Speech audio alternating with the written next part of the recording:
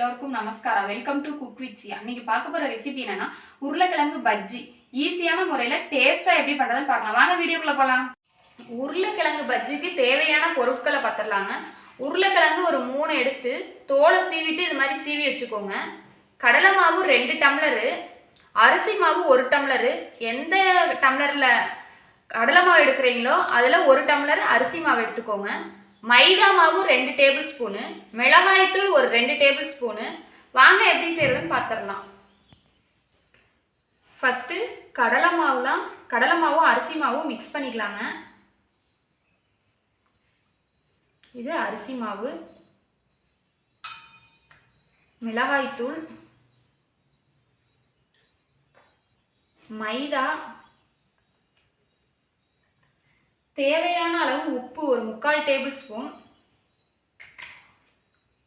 பெருங்காய பொடி ஒரு 1/2 டேபிள் ஸ்பூன். எல்லாத்தையும் நல்லா மிக்ஸ் பண்ணிக்குவோம் கை வச்சு. கடையில் வாங்கி பஜ்ஜி மாவு பண்ணுறதை விட மாதிரி கடலை மாவும் அரிசி மாவும் வீட்டில் இருந்தால் இது மாதிரியே ரெடி பண்ணிக்கலாங்க. பஜ்ஜி மாவு மாதிரியே வருங்க. கடையில் வாங்குற பஜ்ஜி மாவு மாதிரியே பஜ்ஜி வருங்க. புசு புசுன்னு கலக்கிக்குவோம். தண்ணி சேர்த்து கொஞ்சம் கொஞ்சமாக ஊற்றி கலக்கிக்கோங்க. ரொம்ப தண்ணி ஊற்றிட்டிங்கன்னா கொல கொலன்னு போயிடும். உருளைக்கிழங்குல மசாலா ஒட்டாது.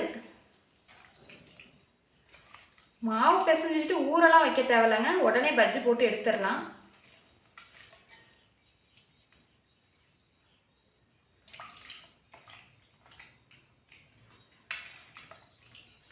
இந்த பதத்துக்கு மாவும் மிக்ஸ் பண்ணிக்கோங்க. ரொம்பவும் தண்ணியாக இருக்க வேண்டாம், ரொம்பவும் கெட்டியாக இருக்க வேண்டாம். உப்பு கரெக்டாக இருக்கான்னு செக் பண்ணிக்கோங்க லாஸ்ட்டில். ஃபஸ்ட்டு எண்ணெயை சூடு பண்ணிக்கோங்க.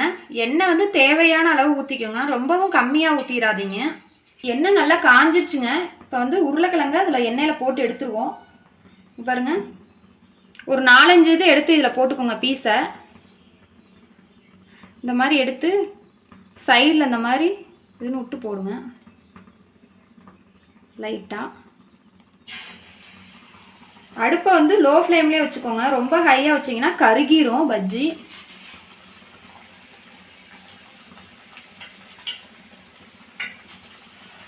சைடில் லைட்டாக மட்டும் தடவிக்கோங்க. ரொம்பவும் பண்ணிடாதீங்க. மசாலா உருளைக்கிழங்கு இல்லாத மாதிரி.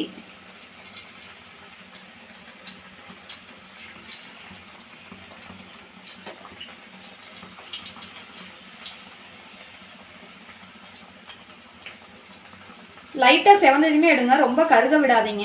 டேஸ்ட்டே மாறிடும் கருகிருச்சுன்னா. உடனேவும் பெரட்டி விடாதீங்க. கொஞ்ச நேரம் வேகட்டும், அதுக்கப்புறம் பெரட்டி போட்டுக்கலாம். இல்லாட்டி மசாலாலாம் உதிர்ந்துடும். லைட்டாக வெந்துருச்சு. இப்போ திருப்பி போட்டுக்கிறேன்.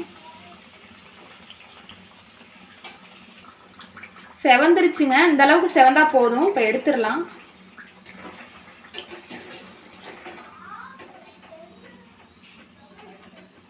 கடையில் பஜ்ஜி மாவு வாங்காமலே வீட்டில் இருக்க கடலை மாவும் அரிசி மாவும் வச்சு இது மாதிரி பண்ணலாங்க.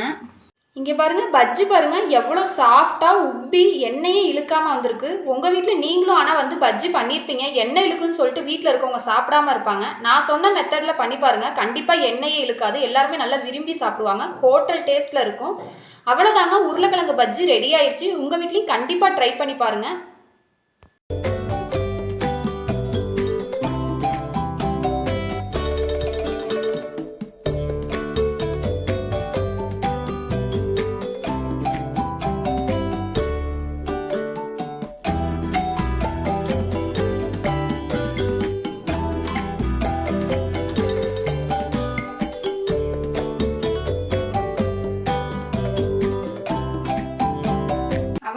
உருளைக்கிழங்கு பஜ்ஜி எப்படி பண்றதுன்னு பார்த்தோம். உங்க வீட்லயும் கண்டிப்பா ட்ரை பண்ணி பாருங்க. இந்த வீடியோ உங்களுக்கு பிடிச்சிருந்தா லைக் பண்ணுங்க, ஷேர் பண்ணுங்க, கமெண்ட் பண்ணுங்க.